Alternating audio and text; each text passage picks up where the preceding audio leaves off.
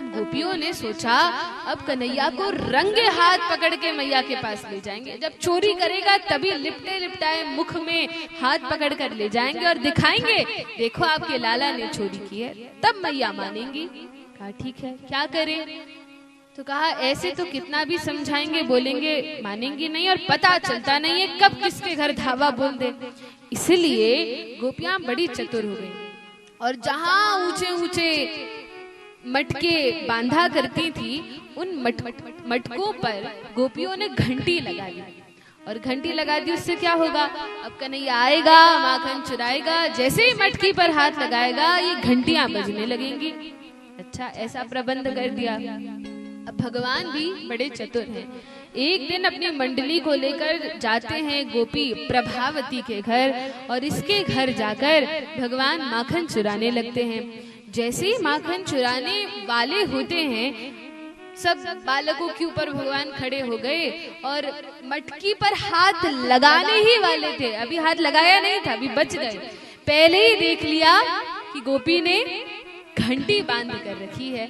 अब जैसे ही घंटी बंधी दिख गई तो भगवान तो ठहरे अनंत कोटि ब्रह्मांड नायक, भगवान ने घंटियों के स्वामी घंटेश्वर को बुला लिया और घंटेश्वर से कहा, देखो महाराज, आपकी एक भी घंटी बजनी नहीं चाहिए, यदि बज गई तो आज से आपको नौकरी से हटा देंगे। अच्छा, घंटेश्वर महाराज डर गए, सब घंटियों से कह दिया कोई भी बजेगा नहीं। भगवान खूब माखन चुराए, खूब माखन के गोले निकाल निकाल कर ग्वाल वालों को खिलाए, बंदरों को खिलाए, सबका पेट भर गया। अब तो मित्र भी कहने लगे, कन्हैया बहुत पेट भर गया, थोड़ा तुम भी तो खा के देखो। भगवान स्वयं नहीं खा रहे थे, अपने मित्रों को खिला रहे थे, बंदरों को खिला रहे थे, ग्वाल वालों को खिला रहे थे। अरे कन्हैया थोड़ा तुम भी तो खाओ। भगवान ने कहा, अरे मेरे घर कोई कमी नहीं है, मैया खूब ठूस ठूस कर खिलाती है, तुम लोग खाओ। अच्छा नहीं कन्हैया, देखो लगता है गोपी ने थोड़ा पासा मक्खन बांध दिया, थोड़ा खट्टापन आ गया, तनिक चखकर तो देखो। भगवान ने पहले तो खूब मना किया, लेकिन जब ग्वाल वालों ने इतना कहा तो भगवान ने कहा चलो ठीक है, थोड़ा सा हम भी खा लेते हैं। अब भगवान ने निकाला माखन का गोला और जैसे ही अपने मुख में रख के खाने लगते हैं कि सारी घंटियां एक साथ बज उठती हैं।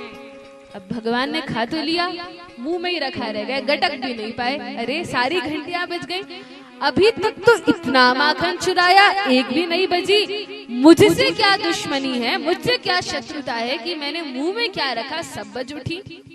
तब बुलाया घंटेश्वर को कि देखो आपसे कहा था आपकी घंटियां बजनी नहीं चाहिए, और मैंने खाया, जो घंटियां दूर दूर थी वे भी बज उठी, ये कैसे हुआ?